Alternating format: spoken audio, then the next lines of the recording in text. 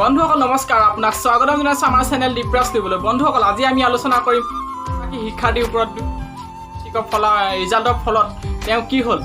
এগৰাকী হৈছে অলংকিতা বৰা, এগৰাকী হৈছে মেট্ৰিকত প্ৰথম স্থান দখল কৰাৰ পাছতো তেওঁ কিয় মৃত্যুক আঁকোৱালি ল'ব লগা হ'ল। তো বন্ধুসকল ভিডিঅ'টো আৰম্ভ কৰাৰ আগতে আপোনালৈ এটা সৰু অনুৰোধ, যদি আমাৰ চেনেল আপুনি নতুনকৈ আহিছে বা আমাৰ চেনেল আপুনি গ্ৰহণযোগ্য বুলি ভাবে, প্লিজ বন্ধুসকল ছাবস্ক্ৰাইব কৰি ল'ব আৰু তলত থকা বেল আইকনটো প্ৰেছ কৰি দিব যাতে মই দিয়া ভিডিঅ' আপুনি পোনপ্ৰথমে চাব পাৰে। তো বন্ধুসকল অকণমান উপলব্ধ কৰিব লওক আমাৰ আজিৰ ভিডিঅ'টো।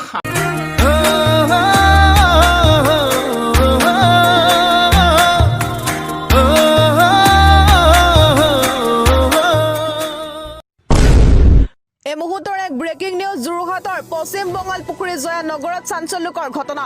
মেট্ৰিকত প্ৰথম বিভাগত উত্তীৰ্ণ হোৱাৰ পাছতো অলংকৃতা বৰা নামৰ এগৰাকী কিশোৰীয়ে কৰিলে আত্মহত্যা আৰু নিজৰ কোঠাৰ ভিতৰতে কৰিলে আত্মহত্যা। ডিঙিত চূৰ্ণি লগাই কৰিলে আত্মহত্যা আৰু এই ঘটনাক কেন্দ্ৰ কৰি এতিয়া সৃষ্টি হৈছে তীব্ৰ চাঞ্চল্যৰ।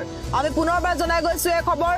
যোৰহাটৰ পশ্চিম বঙাল পুখুৰী জয়া নগৰত প্ৰথম বিভাগত উত্তীৰ্ণ হোৱা ছাত্ৰীৰ আত্মহত্যা। বন্ধুসকল এনেকুৱা ঘটনাবোৰ আমি আগতে পূৰ্বতো দেখা পাইছো। এই ঘটনাবোৰ আচলতে কিয় হয়? বন্ধুসকল আমি সমাজত দেখিবলৈ পাওঁ যে যেতিয়া মাক বাপেকে ভাবি থাকে আমাৰ ল'ৰা ছোৱালী ভাল ৰিজাল্ট কৰিব, ষ্টেণ্ড কৰিব, লেটাৰ মাৰ্ক ল'ব, কিন্তু ছাত্ৰ ছাত্ৰীয়ে মাক বাপেকৰ মনৰ আশা পূৰণ কৰিব নোৱাৰাৰ ফলত মাক বাপেকে তেওঁলোকৰ ওপৰত ঠিক তেতিয়া খং কৰে আৰু ঠিক তেতিয়া এনেকুৱা ধৰণৰ ঘটনা ঘটিবলৈ আৰম্ভ কৰে। মোৰ মতে এটাই কথা, যিমান চেষ্টা কৰাৰ পাছতো ৰিজাল্টৰ সময়ত যি ৰিজাল্ট আহিছে তাকে লৈ সুখী হওক, নহ'লে আপোনালোকৰো এদিন এনেকুৱা সময় আহিবলৈ বেছি সময় নল'ব।